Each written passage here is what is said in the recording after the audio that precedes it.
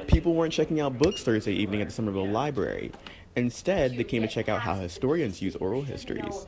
Head archivist of the Naval Historical Collection at the U.S. Naval War College, Dara Baker, kicked off the session with a little lesson in the limitations of traditional sources. The fact that memoirs may not be as honest a source as we think they are.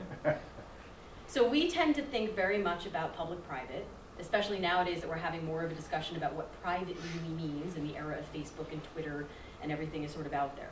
In the 19th century, there was a different expectation where things were not private. So you would write a letter, and because not everyone could read, someone would read that letter out loud.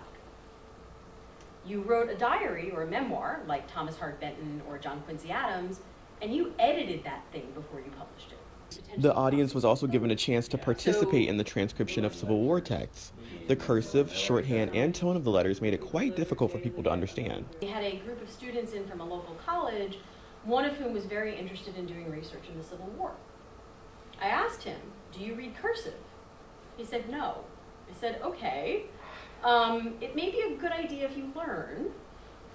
Somerville archivist Nadia Dixon closed the segment with a slideshow about the art of oral history and explained how Somerville residents can make their memories last a lifetime. We are hoping that people will contribute, their photographs, their memories, possibly interviews that they conduct with their family and friends, and give those to us over our website. So we've got a link where you can upload information to us, and we're going to put this together in a display towards the end of the year. The audience left with a better understanding of the pros and cons of primary and oral histories as sources. Somerville resident and fellow archivist Jamie Fritz decided to come out to show her fellow archivist support. I'm a Somerville resident and an archivist, so this is right in my wheelhouse, but I've only lived in Somerville for a little over a year, so I'm actually hoping that getting involved in this project would be a way to learn a little bit more about the neighborhood, and I know that this is a time where the neighborhood is changing a lot. I think it's really important to especially talk to some people who have been in Somerville for a really long time and kind of get that history as we approach all of these big demographic changes and the Green Line extension. I think it'll be nice to see where the city has been. The storytelling series was just one event held in honor of Somerville's 175th birthday, and the city is asking for your help to make this project come to life.